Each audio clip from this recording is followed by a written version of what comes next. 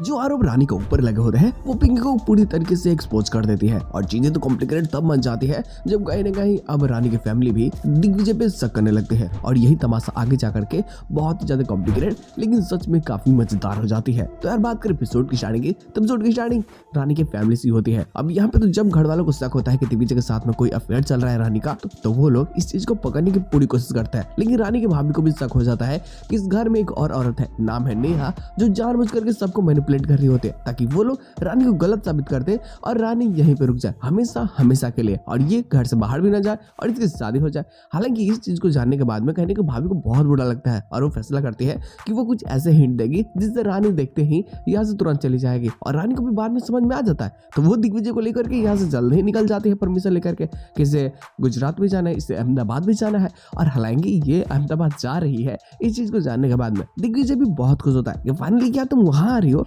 खैर देखो यहाँ से घर आते हैं लोग, घर पे जो पेपर चोरी हो चुके हैं, इवन जो ईशान ने वीडियोस रिकॉर्ड किए थे वो साथ में जाने वाला, तो वो वीडियोस को पिंकी क्या करती है कि दिग्विजय की माँ को दिखा देती है और वो जब वीडियोस ये देख लेती है तो इसके बाद में तमाशा तो और ही ज्यादा क्रिएट हो जाता है। आते ही दिग्विजय को उल्टी सीधी बातें बोलना स्टार्ट कर देती है। लेकिन दिग्विजय भी समझाना चाहता है कि मैं शांति से हूँ, शांति से कहीं घूमने जा रहा हूँ, तो आपको खराब लग रहा है, मैं यहाँ तमाशा करूँ, मारपीट करूँ तो क्या सही रहेगा, आप बताइए खुद। लेकिन थोड़े वक्त बाद जब सभी लोग रानी के आते हैं उस पर इल्जाम लगा देते हैं कि तुमने चोरी की है, तो उसने तो ऑलरेडी पिंकी को दिखा था ना, अब सीसीटीवी कैमरा खराब था तो इसलिए पिंकी पकड़ी नहीं गई। लेकिन यहाँ रानी को पता होता है तो उसमें से सिर्फ एक ही सीसीटीवी कैमरा खराब था, बाकी सब ठीक थे और उसमें से किसी न किसी में तो ये पिंकी रिकॉर्ड जरूर हुई होगी पेपर चोरी करते वक्त। और वो सबूत को ये कैसे भी ढूंढ लेती है और आधे घंटे का मोहलत लेकर के सबूत खोजने के बाद में पिंकी को फंसा लेती है अपने चाल में कि आपसे मुझे मिलना है क्योंकि मेरे पास आपके खिलाफ सबूत है कि आपने ही पेपर को चोरी किया है। पिंकी भी डर जाती है कि हो सकता है कि कहीं अगर घर वालों को पता चल गया और काफी लोगों को पता चल गया